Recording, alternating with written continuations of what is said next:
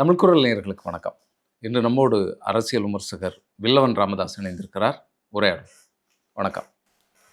அதிமுகவிலேருந்து ஒவ்வொரு எம்எல்ஏவாக ராஜினாமா பண்ணிட்டு வந்துட்டு இருக்கிறாங்க. 6 பேர் வந்திருக்கிறாங்க. இன்னும் பலர் அதிமுகவிலேருந்து உடைச்சிட்டு வரக்கூடிய வாய்ப்பு இருக்குது. ஏன்னா தாவேக்காவிற்கு அதிகமான நபர்கள் தேவைப்படுறாங்க. அதை பொறுத்து தான் இந்த வேலைகள்லாம் நடக்குது அப்படிங்கிறது தோணுது. இதை எப்படி புரிஞ்சுக்கிறது? கூட்டணியில் இருக்கக்கூடிய கட்சிகள் இதை வலுவாக எதிர்க்காத சூழலை நம்ம எப்படி பார்க்கணும்? கூட்டணி கட்சி அது அப்புறம் பேசலாம். முதல்ல இது ஒரு கவர்ச்சி அரசியல், கவர்ச்சியில் மக்கள் மயங்கிட்டாங்கன்னு ஒரு ஏற்று பேசினார்ல. கவர்ச்சி அரசியல்லாம் நான் என்ன அப்படின்னார் இல்லையா? இது கவர்ச்சி அரசியல் தாங்கிறதுக்கு இதான் உதாரணம். ஏன்னா நீங்கள் உங்களோட ஐடியாலஜிக்காக உங்களுக்கு ஓட்டு போட்டாங்க, நீங்கள் பேசின அரசியலுக்காக உங்களுக்கு ஓட்டு போட்டாங்க. நீங்கள் பேசின அரசியல் என்ன? ஊழல், சட்டம் ஒழுங்கு, இதெல்லாம் தானே. அப்போ ஊழலை பற்றி பேசியிருக்கீங்கன்னா எம்ஆர் விஜயபாஸ்கரும் விராலிமலை விஜயபாஸ்கரும் இங்கே வர்றாங்கன்னா ஊழல் குற்றச்சாட்டுக்கு ஆளான சொத்து குவிப்பு வழக்கில் சம்மந்தப்பட்ட டாக்குமெண்ட்டை எடுத்துகிட்டு போய் கிழிச்சு போட்ட ரெய்டு வந்தபோது டாக்குமெண்ட்டை தூக்கிட்டு போய் செக்ரட்டரி போய் வெளியில் கிழிச்சு போட்ட கதையெல்லாம் உண்டு. ஊழல் செய்ததாக குற்றம் சாட்டப்பட்டு நீங்கள் ஊழலுக்கு எதிராக பேசுனீங்கன்னா உங்களால் வந்தபோது உங்கள் கட்சியில் எதிர்ப்பு வந்துருக்கணும், இல்லை நீங்கள் சேர்த்துருக்கூடாது. உங்களுக்கும் ஊழலுங்கிறது ஒரு பிரச்சனை கிடையாது, உங்களுக்கு கீழே இருக்கவங்களுக்கும் ஊழல் ஒரு பிரச்சனை கிடையாதுன்னா இந்த இடத்துல மிச்சம் இருக்கிறது ஒரு மூஞ்சி மட்டும்தான். இது ஒரு நாயக வழிபாட்டில் ஒரு ஹீரோயிசம் காட்டுற சினிமாவுக்கு இருந்த கவர்ச்சி ஓட்டு தான் இது. கவர்ச்சி அரசியலுக்கு கிடைச்ச ஒரு தீர்ப்பு தான் இதுங்கிறத நாம் எடுத்துக்க வேண்டியது. இல்லை, இப்படி பார்க்கலாமா? இப்போ அதிமுகவில் இருக்கக்கூடிய விஜயபாஸ்கர், இப்போ அவங்க மேலே குற்றச்சாட்டுகள்லாம் இருக்குது. விஜய் கூட வாரதுனால நம்ம தப்பிச்சிடலாம், நம்ம அதிகாரத்தில் இருக்கலாம் அப்படிங்கிற ஒரு சுயநல அரசியல் இதில் இருக்கா? விஜயை பயன்படுத்தக்கூடிய ஒரு விஷயத்த அதிமுகவில் இருக்கக்கூடிய எம்எல்ஏக்கள் பண்ணுறாங்களா அப்படின்னு பார்க்கலாமா? இதை இல்லை, இந்த இடத்துல தீர்மானிக்கிற இடத்துல யார் இருக்கா? சுயநல அரசியல்னா ஆமாம், இதில் சந்தேகம்லாம் இல்லை, சுயநல அரசியல் தான். ஏன் அதற்கு முன்பு போகல, இப்போ முன்பு ஏன் அந்த மாதிரி ஆட்கள் அதை பரிசீலிக்கல, இப்போ போகிறாங்கன்னா அஃப்கோர்ஸ் அதை நாம் கேள்வி கேட்க முடியாது. இன்ஃபேக்ட் இப்போதைக்கு இன்றைய காலகட்டத்தில் சுயநலம் தான் பெரும்பாலான முடிவுகளுக்கு முன்னாடி இருக்கும். அது யாராக இருக்கட்டும், நல்லவங்க கெட்டவங்கலாம் நம்ம எடுக்க தேவையில்லை. சில மாரல் இதில் வேல்யூஸின் அடிப்படையில் சில பேர் கொஞ்சம் நியாயமாக இருக்கலாம்.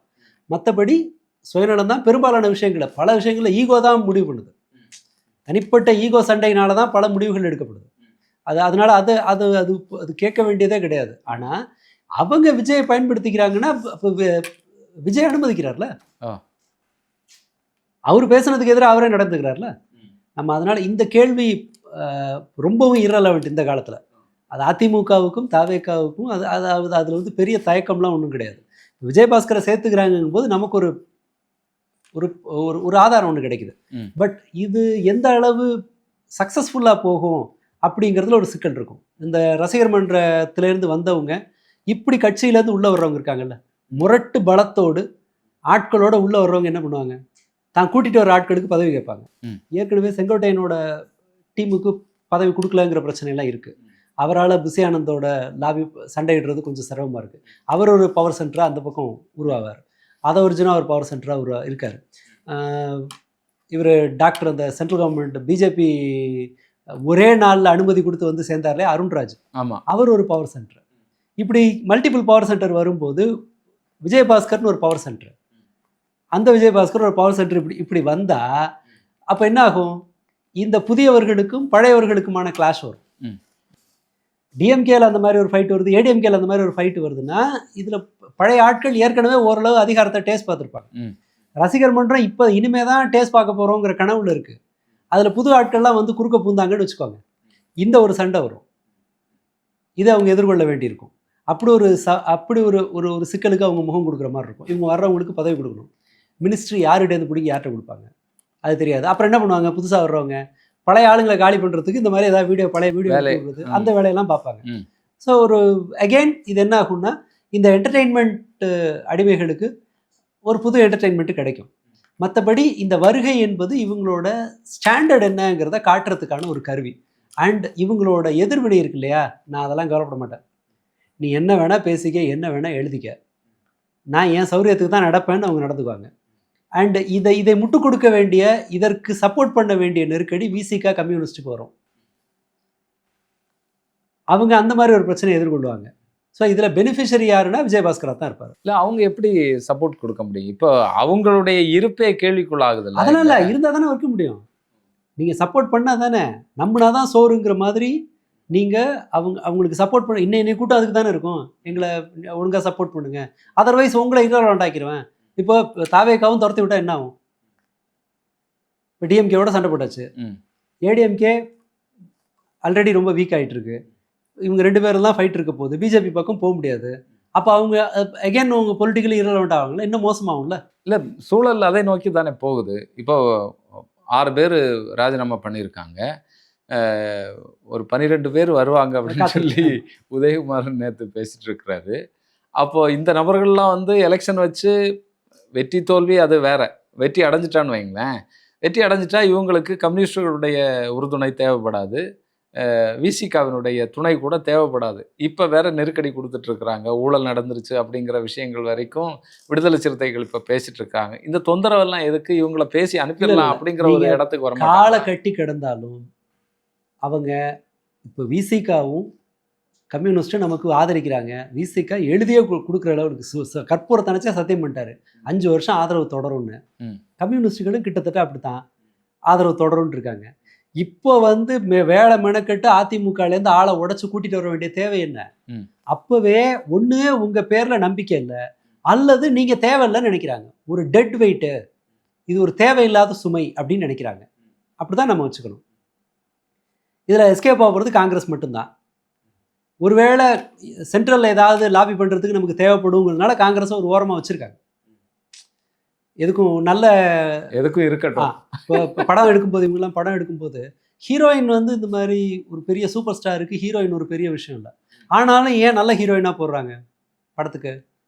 என்ன அதனுடைய பர்பஸ் என்னென்னா, ஹீரோயினுக்கு அந்த வேல்யூவும் இருக்கட்டும், அதை ஏன் ரிஸ்க் எடுப்பானே அப்படிங்கிற மாதிரி சென்ட்ரலில் லாபி பண்ணுறதுக்கு காங்கிரஸ் வேணும், அதனால எதுக்கும் இருக்கட்டும்ன்றாங்க. நெக்ஸ்ட் டைம் பிஜேபி ஜெயிச்சா காங்கிரஸை கட்டி விடுவாங்க. ஒருவேளை காங்கிரஸை ஜெயிச்சா வேணா இந்தியா கூட்டணிக்கு இவங்க வருவாங்க. இப்படி தான் முடியும். இப்போ காங்கிரஸ் வந்து ஒரு அதனால தான் நீங்கள் மாணிக்கம் தாக்கூர் பார்த்தீங்கன்னா தான் புதுசாக 10 வருஷமாக பொண்ணு தேடி கல்யாணம் நடக்காதவன் திடீர்னு கல்யாணம் நடந்துச்சுன்னா ஒரு கெத்தை காட்டுவான் தெரியுமா, நெஞ்சை நிறுத்திக்கிட்டு.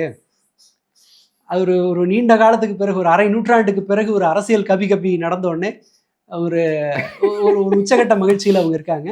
பட் அவங்களுக்கு இதான் கதி. இப்போ இனி வரக்கூடிய நாட்கள்லாம் வசந்த காலம் அப்படின்னு சொல்றாங்களே காங்கிரஸை பொறுத்தளவில். 60 வருஷம் கழிச்சு இந்த அதிசயம். நீங்க பாருங்க, புதுசா கல்யாணம் ஆனவங்க வந்து 100 ஆண்டு தொடரணும் இந்த பந்தம்னு தான் ஸ்டேட்டஸ் வைப்பான். சரியா? அடிச்சுக்கிட்டு சாவது 6 மாசம் 7 மாசம் கழிச்சு தான் நடக்கும். அது புதுசா ஒரு சம்பந்தம் நடக்கும்போது ஒரு எக்ஸைட்மெண்ட்ல பேசுறது, அதுல நம்ம குறை சொல்றதுக்கு ஒன்றும் இல்லை. எப்போதும் வந்து அந்த ஸ்டேட்டஸை பார்த்துலாம் அதுக்கப்புறம் அன்னைக்கு என்னடா அப்படி பண்ணீங்களே, என்னோட இதய நீ என்னோட உயிர் நீன்லாம் ஸ்டேட்டஸ் வச்சுன்னா நம்ம கேட்கக்கூடாது.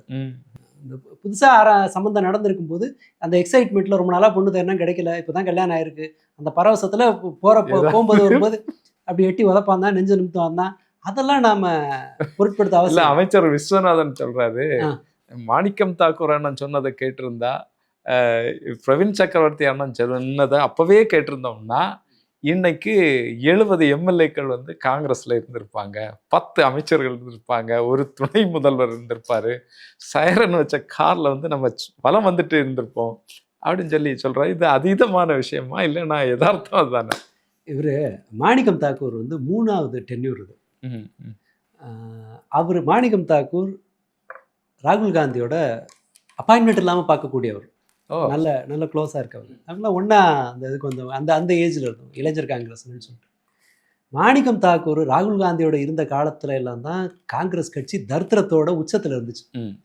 50 சீட்டுக்கு வக்கு இல்லாமல் போய் நாசமாக போடுது இவங்க செயற்கைக்கு போது தான். 24ல் மாணிக்கம் தாக்கூர் மாதிரி பேசுகிற ஆட்கள் பேச்சை நம்பி டிஎம்கே விட்டு போயிருந்தா இந்த சீட்டும் கிடச்சிருக்காது, சென்ட்ரலில் அந்த பேர் கிடச்சிருக்காது, இவங்கெல்லாம் கலைச்சி தான் விட்டுருப்பாங்க. ஓகே, இது ஒரு இப்போ அதை நான் இந்த கேள்வி இப்படி மாற்றி கேட்குறேன். இந்த காங்கிரஸுக்கு 70 சீட்டு தரேன்றான்னா ஒரு கட்சி தமிழ்நாட்டில் காங்கிரஸுக்கு 70 எம்எல்ஏ தர்றான்னா, தர்றேன்னு சொன்ன கட்சியோட தரம் என்னன்னு புரிஞ்சுங்க. நீங்கள் யார் கொடுப்பா? அந்த 70 சீட்டு ஆளை கண்டுபிடிக்கிறதுக்குள்ள அடுத்த 5 வருஷம் வந்துடும், அடுத்த எலெக்ஷன் வந்துடும். இவங்களுக்கு 70 சீட்டு தர்ற அளவுக்கு அந்த கட்சி இருந்திருக்குன்னா நம்ம தான் செவுத்துல முட்டிக்கணும். அந்த கட்சி 30-35% வாங்கியிருக்கு. காங்கிரஸ் கையில் 70 தள்ளி விட்டுறலாங்கிற லெவலில் இருந்த ஒரு கட்சியை தமிழ்நாடு தேர்ந்தெடுத்திருக்குன்னு வச்சுக்கணும். ம், ம். இல்ல இந்த 2 கட்சிகளுமே என்ன நினைச்சிட்டு இருக்காங்க? இப்ப மாணிக்கம் தாக்கூர் சொல்றாரு, அ விஜய் மூலமாகத்தான் ராகுல் காந்திய வந்து நாங்க 2029ல பிரதமர் ஆக்க போகிறோம். ம். சத்தியமூர்த்தி பவன் வழியாகத்தான் அது நடக்க போகுது அப்படின்னு சொல்லி இவங்க எல்லாம் ஒரு ஆருடம் பேசிட்டு இருக்கிறாங்க. விஜயை பொறுத்தளவுல காங்கிரஸை வச்சு அவங்களுக்கு ஒரு எண்ணம் இருக்கும்ல. நமக்கு வலுவாக நிற்கிறது அதுக்கான முயற்சி எல்லாம் பண்ணிட்டு இருந்தாங்க. இது இது சாத்தியப்படக்கூடியது தானே இந்த 2 பேருடைய எண்ணம்? இல்ல இது பாருங்க, ஏன் இந்தியா கூட்டணிக்கு விஜய் வரல? உங்களுக்கு தான் ராயல் வெல்கம் இருக்குல்ல, ம். கம்யூனிஸ்டுகளில் சென்ட்ரல் கமாண்ட்லேருந்து சொல்கிறேன், ராயல் வெல்கம் இருக்குது. மற்ற கட்சிகள் ஒரு ஒரு சவுத் இண்டியன் ஸ்டாரை கொண்டு வந்து பிரச்சாரம் பண்ணால் எடுபடும்னு நம்புகிறாங்கல்ல, இதெல்லாம் இருக்குது. ஏன் அவர் வரமாட்டேங்கிறாரு? சத்தியமூர்த்தி பவன் இருக்கட்டுங்க, அவர் டெல்லியிலே வந்து பார்க்கறதுக்கு இது பண்ண வேண்டியிருக்க. அது எதிர்கட்சியெல்லாம் பேசின பிறகு தானே ராகுல் காந்தி வீட்டுக்கே போகிறாரு, சோனியா காந்தி பார்க்க போகிறது அதன் பிறகு தானே போகிறாரு. கனவு தாராளமாக காணலாம். பட் 29ல் இதை மாதிரி ஒரு கனவுல இருந்தாங்கன்னா அது, ஏன்னா இந்த ரூட் குரூப்பு விஜய் பிஎம் ஆவாருன்னு இப்போ பிரச்சாரத்தை ஆரம்பிச்சிருக்காங்க. மோடி ஃபோட்டோவையும் விஜய் ஃபோட்டோவையும் வச்சு யார் உங்களுக்கு பிஎம் ஆவாரணும் கேட்டுட்டு இருக்காங்க. சைடில் ஸ்பேரிங் போடுறதுக்கு. ஆமாம், நீங்கள் பிஜேபியோட ஸ்பேரிங் போடலாம்னு நினச்சிட்டு இருக்கும்போது காக்ரோச் ஜனதா பார்ட்டி வந்து வெயிட் பண்ணுது. வா என்ன கை வச்சுட்டு எங்கள் அண்ணன்ட்ட போன்ற மாதிரி. சரியா? இது இவங்களோட இப்படி கனவு கண்டே தான் குட்டிச்சவராக போனது. இல்லைன்னா இப்போ சவுத்தில் விஜய் பொறுத்தளவில் கேரளா, கர்நாடகா, தமிழ்நாடு உட்பட சவுத் மாநிலங்களில் நம்ம வந்து அங்கே இருக்கக்கூடிய காங்கிரஸோட கூட்டணி வச்சு நம்முடைய பலத்தை வந்து பெருக்குக்குவோம் அப்படிங்கிற மாதிரி ஒரு எண்ணம் இருக்கா? இந்த விளம்பரத்துலேருந்து தான் சொல்கிறேன், ரீல்ஸ் போடக்கூடிய இதுலேருந்து தான் நான் இருக்கலாம். அப்படி தேசிய அரசியலில் நம்ம புகுவோம் அப்படின்னு சொல்லி. இல்லை அதற்கான சாத்தியங்கள் மறுப்பதற்கில்லை. அதாவது இப்போது வந்து நல்லவனாக இருக்கணும், அந்த அரசியல் தகுதி வேணுங்கிறது இல்லை, ட்ரெண்டிங்கில் இருக்கணும், பாப்புலராக இருக்கணும் அப்படிங்கிறது தான் அரசியலை தீர்மானிக்கிற ஒரு காரணிங்கிற புரிதலுக்கு இந்த சமீப காலத்தில் வந்திருக்காங்க.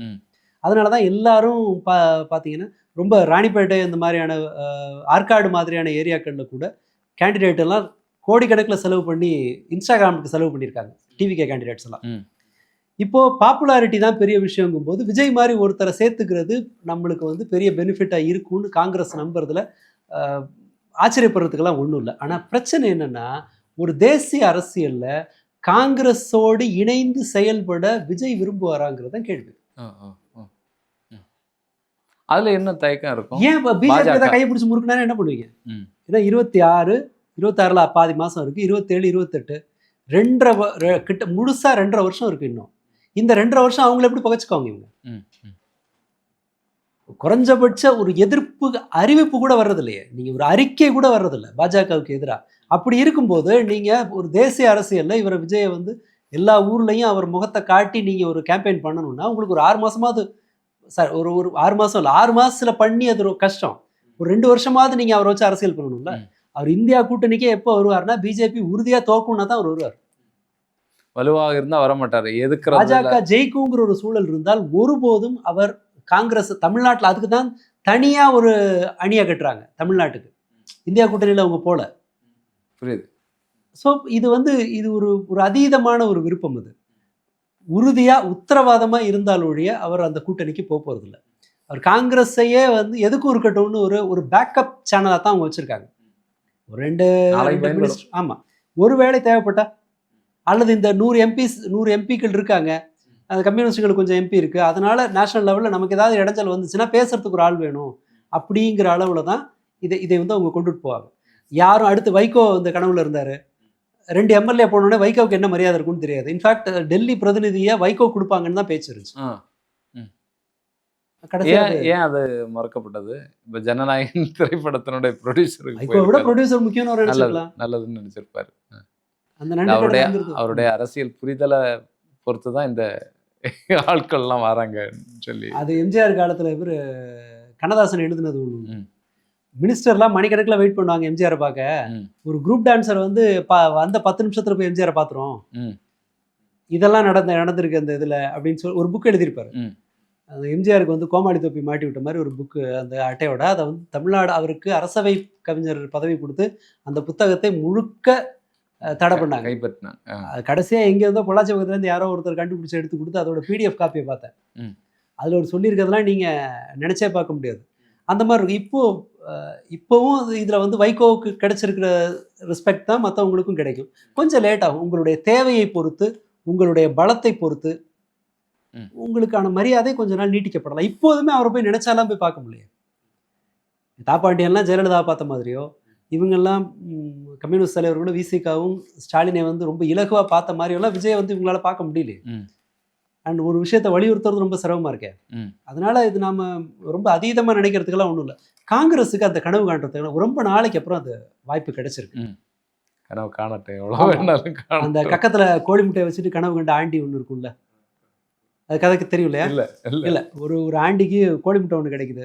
கக்கத்துல கோழி முட்டையை வச்சுட்டு அவன் கனவு காண்றான், இந்த கோழி குஞ்சு பொரிக்கும், அந்த கோழியை வளர்த்து பெரிய கோழி பண்ணை வைப்பேன், அந்த கோழி பண்ணையை வச்சுட்டு வீடு வாங்குவேன், வீடை வாங்கி அதன் பிறகு இந்த தொழிலை வளர்த்து அரண்மனை கட்டுவேன், அரண்மனை கட்டினா ஒரு நல்ல அழகான ஒரு பொண்ணு கிடைக்கும், நல்ல குழந்தை பிறக்கும் அப்படின்னு சொல்லிட்டு கனவு கண்டுகிட்டே இருக்கான். குழந்தைய வந்து அந்த கனவுல வந்து குழந்தை வந்து ஏதோ அடம் பண்ணுது, பொண்டாட்டி அடிக்குது.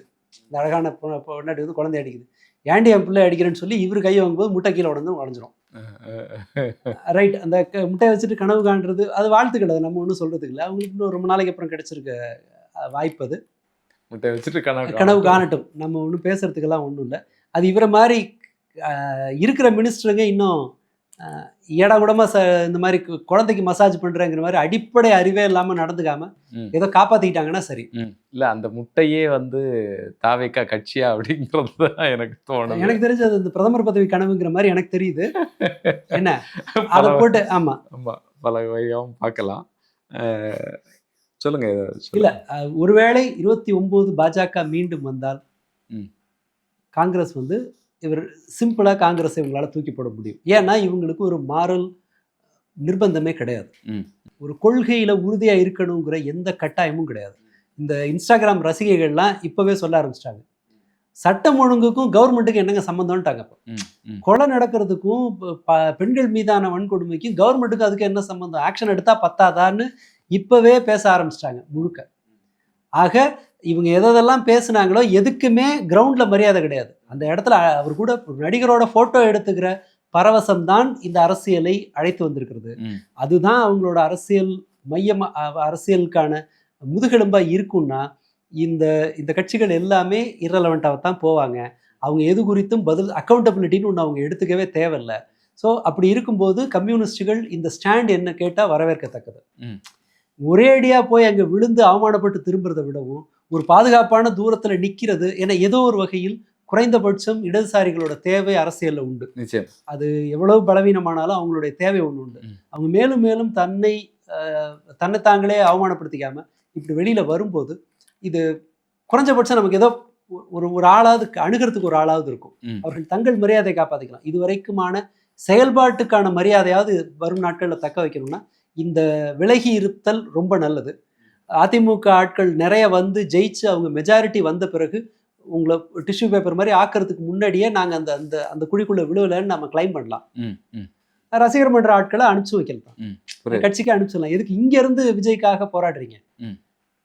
ஒரு லெஃப்ட் பார்ட்டில இருந்து இடதுசாரி கட்சியில இருந்து ஏன் நீங்க விஜய்க்காக மெனக்கட்டணும்?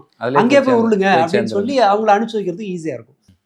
ஆனால் வரக்கூடிய நாட்கள்லையும் விஜய் குறித்தான இந்த பிம்பம் இப்படியே தொடருமா அப்படிங்கிறதெல்லாம் நம்ம பொறுத்திருந்து தான் பார்க்கலாம். இல்லை, அது நாம வந்து இப்போ எல்லாமே ஷார்ட் டேர்ம் பெர்ஸ்பெக்டிவ். மனிதர்களுக்கு நீண்ட கால லட்சியம்ங்கிறது இப்போ இருக்கிறது இல்லை. ஈவன் மற்ற கட்சிகளுக்குமே கூட சொல்கிறேன். விஜயபாஸ்கர் வர்றாருன்னா இத்தனை வருஷம் ஏடிஎம்கேல நாம் இருந்திருக்கோம். இந்த பாரம்பரியம் இந்த ஸ்ட்ரென்த்தை நான் ஏன் தொலைக்கணும்னு அவர் யோசிச்சிருக்கணும். ஆனால் அவருக்கு என்னென்னா எதிர்காலம் வந்து எந்த நிச்சயமும் இல்லாமல் இருக்குது. அதனால் அவர் என்ன பண்ணுறாருன்னா பேர் கேட்டாலும் பரவாயில்ல, நாம் இந்த 5 வருஷத்தில் என்ன ரிட்டர்ன் பார்க்க முடியுமோ பார்க்கலான்னு அவர் நினைக்கிறார். அதே போல தான் மற்றவங்க நினைக்கிறாங்க, அதே போல தான் விசிக நினைக்குது, அதே போல தான் இடதுசாரிகளில் ஒரு பிரிவு நினைக்கிறாங்க. இது வந்து ஒட்டுமொத்த சமூகத்திலையும் லாங் டேர்ம் பெர்ஸ்பெக்டிவ் இல்லை, மிகப்பெரிய கெடுதல். ஆமாம், பெரிய கேடு காலம் இதுதான். நீங்கள் கடன் வாங்குறதுலே கூட நீண்ட கால கடன், அதாவது வீடு வாங்குறது அந்த மாதிரி கடன்கள் இல்லை, டூர் போகிறது, மொபைல் ஃபோன் வாங்குறது, இந்த மாதிரி கடன்கள் தான் அதிகரிச்சிருக்கு. தனிநபர் கடன்களில் மனிதர்களோட வாழ்க்கையில் எடுக்கிற எல்லா முடிவுகள்லையும் லாங் டேர்ம் நீண்ட கால கண்ணோட்டம்ங்கிறதே இல்லை. அது வந்து சமூகத்திலே செத்துக்கிட்டு இருக்கு.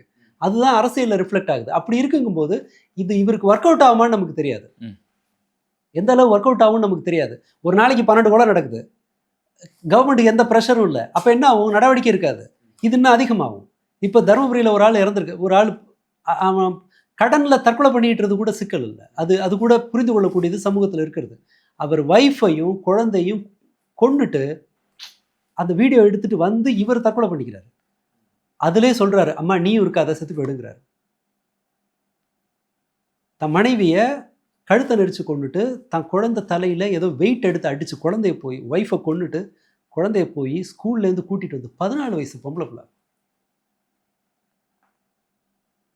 இது எல்லாமே இது அத்தனையும் லாங் டேர்ம் பெர்ஸ்பெக்டிவ் வீழ்ச்சியிலிருந்து வருவது. இது அரசியல்லே இருக்கும். அதனால ஒரு ஸ்ட்ராட்டஜி ரொம்ப நாளைக்கு ஒர்க் அவுட் ஆகும்னா இன்னுமே நம்புறதுக்கே இல்லை. சீக்கிரம் எக்ஸைட் ஆவாங்க, சீக்கிரம் சலிச்சு போவாங்க. அதுதான் மெஜாரிட்டி மனிதர்களோட இயல்பாக இனிமேல் இருக்க போகுது. இதுதான் ஒரு நடத்தையிலே இருக்க போகுது. அவங்க ஐஸ்கிரீம் வாங்குறதுலேருந்து பிரைம் மினிஸ்டரை தேர்வு பண்ணுற வரைக்கும் இந்த நடத்தை தான் தீர்மானிக்க போகுது. அதனால் இது நம்மளால் எதையும் உறுதியாக சொல்ல முடியாது. டேஞ்சருங்கிறதுக்கு மேலே இதில் எதுவும் நாம் கணிக்கிறதுக்கு எதுவுமே இல்லை. அவ்வளவுதான். தொடர்ந்து பேசுவோம். சரியான ஒரு பார்வை தான் நீங்கள் முன் வச்சிருக்கிறது. தொடர்ந்து பேசுவோம். வரக்கூடிய நாட்களில் என்ன நடக்கிறது அப்படிங்கிறத பார்ப்போம் தமிழக அரசியலில். நன்றி. நன்றி.